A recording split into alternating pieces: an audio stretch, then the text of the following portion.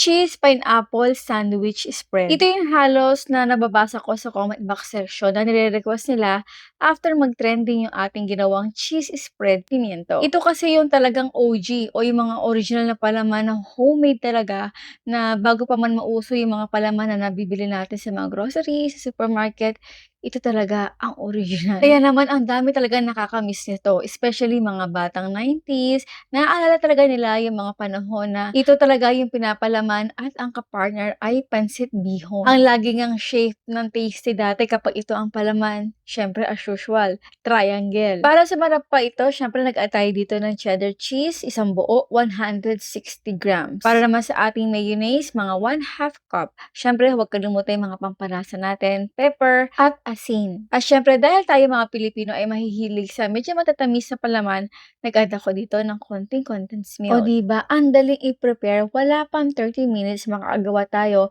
ng napakasarap na pineapple cheese spread. Kaya naman ito yung palaman na hindi ko talaga makakalimutan na hindi gawin ngayong paparating na Pasko. At syempre alam ko na nanonood pa rin kayo hanggang ngayon. Meron pa ba tayo mga nostalgic na recipe o yung mga pagkain na hindi na natin nakikita nowadays?